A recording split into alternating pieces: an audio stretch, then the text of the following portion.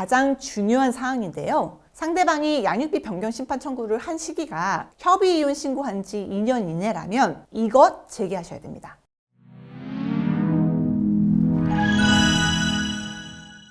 안녕하세요. 재업하는 남편 이혼 전문 안소연 변호사입니다. 오늘은 협의 이혼하면서 재산분할 양육비 다 정했는데 몇 년 후 갑자기 양육비 증액 소송이 들어와 당황해하고 계시는 분들을 위해서 영상을 준비했습니다. 저에게 양육비 관련해서 상담 요청하시는 분들 중 절반 정도가 양육비 증액을 원하시는 경우인데요. 협의 이혼할 때 당사자들끼리 양육비를 정했어도 그 양육비가 자녀를 양육함에 적정하지 않다고 인정이 되면 법원은 언제든지 당사자 협의를 변경해서 양육비를 증액할 수 있어요. 그런데 억울한 경우도 있겠죠. 나는 협의 이혼할 때 재산분할 8천만 원 받을 거 있었지만 당장 다달이 양육비가 나가는 게 더 큰 부담이니까 그냥 재산분할 8천만 원 포기하고 양육비를 안 주는 걸로 결정했어요. 그런데 협의 이혼한 지 1년 정도 지나서 양육비 변경 심판 청구서가 날라온 겁니다. 내가 재산분할금의 8천만 원을 포기한 건 쏙 뺀 채 내 소득이 얼마고 아이가 몇 살인지, 그래서 아이에게 양육비를 얼마나 주어야 하는지 등이 심판 청구서에 써 있는 거예요.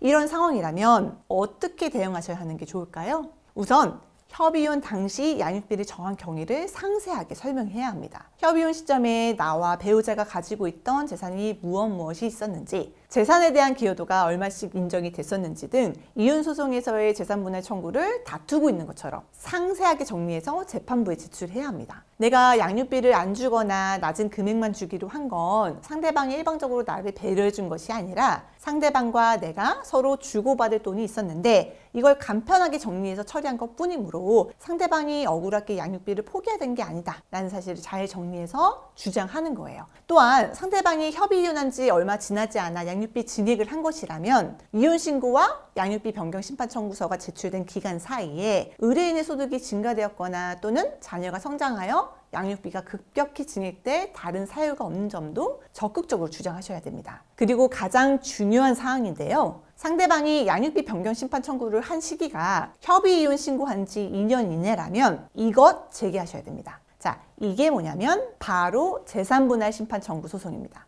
따로 다른 법원에 제기하시는 것은 아니고요. 양육비 변경 심판 청구가 진행되는 재판부에 반소로 재산분할 청구를 하시면 되는 겁니다. 상대방이 양육비 증액을 원한다면 나는 협의 이혼할 때 받지 못한 재산분할금을 받을 권리가 있다라고 주장을 하는 거예요. 다만 주의하셔야 할 사항은 재산분할 청구는 이혼한 지 2년 이내에만 청구할 수 있어요. 실제로 제가 직접 수행했던 사건인데요. 이혼한 지 1년 8개월 만에 양육비를 20만 원에서 90만 원으로 증액해달라는 심판 청구가 들어왔습니다. 그런 의뢰인을 대리해서 재산분할 심판 청구의 반소를 제기를 했고요.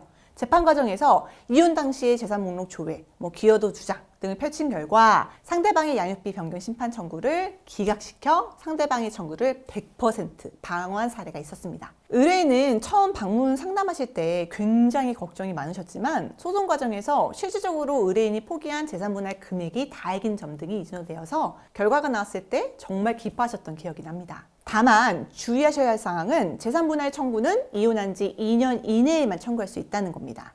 2년 이내라면 반소를 제기해서 재산분할을 치열하게 다툴 수 있지만 만약 2년이 지났다면 제가 앞서 말씀드린 것처럼 협의 과정에 대해서 상세히 재판부를 설득할 필요가 있습니다. 양육비 증액 청구가 들어왔을 때 이거에 대해서 다툰다는 게 아이에게 줄 돈이 아깝다는 것처럼 비춰질까봐 속상해하시는 의뢰인분들이 계시는데요. 제가 항상 말씀을 드려요. 내가 지속적으로 양육비를 지급할 수 있는 경제적 상황이 되어야 아이가 청년이 되어도 지원해줄 수 있는 버팀목 같은 존재가 될 수도 있는 거다라고요. 당장 내 처지를 고려하지 않고 많이 주는 것만이 정답은 아닙니다. 억울하신 부분이 있다면 적극적으로 주장하셔서 내 권리를 찾고 방어하시는 것도 길게 보았을 때 꼭 필요한 주장입니다. 오늘은 협의 이혼 이후 양육비 증액 요구를 받으신 분들에게 도움이 되고자 실제 제가 했던 사례를 가져봤는데요. 추가적으로 궁금하신 사항이 있다면 언제든 아래 기재된 전화번호로 연락을 주시면 제가 직접 친절하게 상담해 드리겠습니다. 오늘 영상이 도움이 되셨다면 구독과 좋아요 부탁드릴게요. 오늘도 끝까지 시청해 주셔서 감사합니다.